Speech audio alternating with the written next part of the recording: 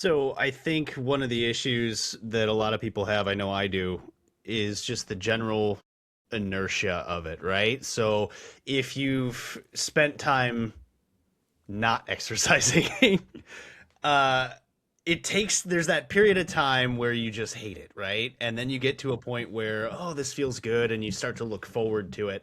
Right. And I had that with running where like I hated it, and then I started running and I started looking forward to it. But then I got busy and fell out of the routine. And then my mindset was, I don't want to go through that again. Like, I Yeah. know after a period of time, I'm going to eventually like it, but that first part just stinks. Do you have any tips for overcoming that just part that's awful to get you faster into Yeah. I actually enjoy this? Yeah. I think something a lot of people underestimate is that you're going to have to learn something new in a lot of cases. So working out is no different. But overcoming that mental hurdle, right? Of like, this is hard, this sucks. Understanding that you're in a learning phase, right? And depending on how consistent you're going to be, if your consistency is going to look at like 1 or 2 days a week, then it's going to take you a little bit longer for your body and your mind to learn what this new movement, new program, this new routine is going to feel like for you.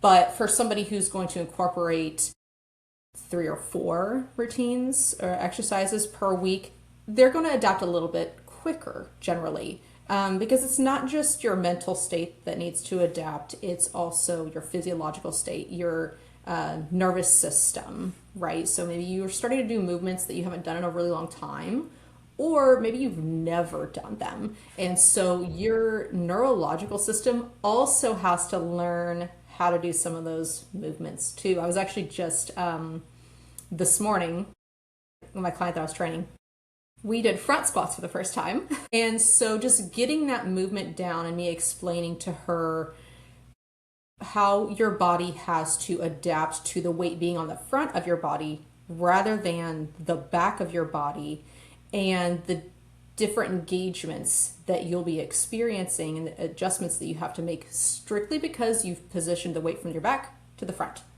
And so we're always going to be learning, we're always going to be adapting.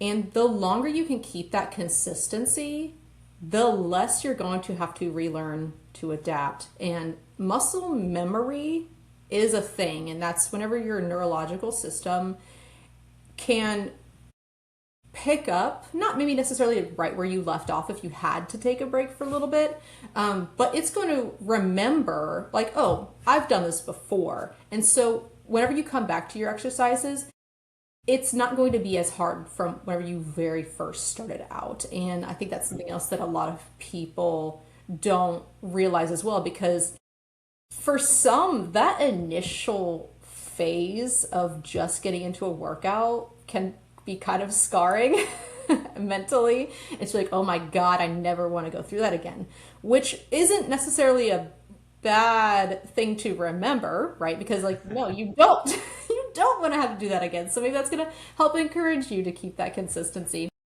However, know and understand that your body does adapt, right? And that if you have to take a short break, it's learned that. And if unless you've had like a major injury or something like that, you can come back to that in a better place than when you first started at square one.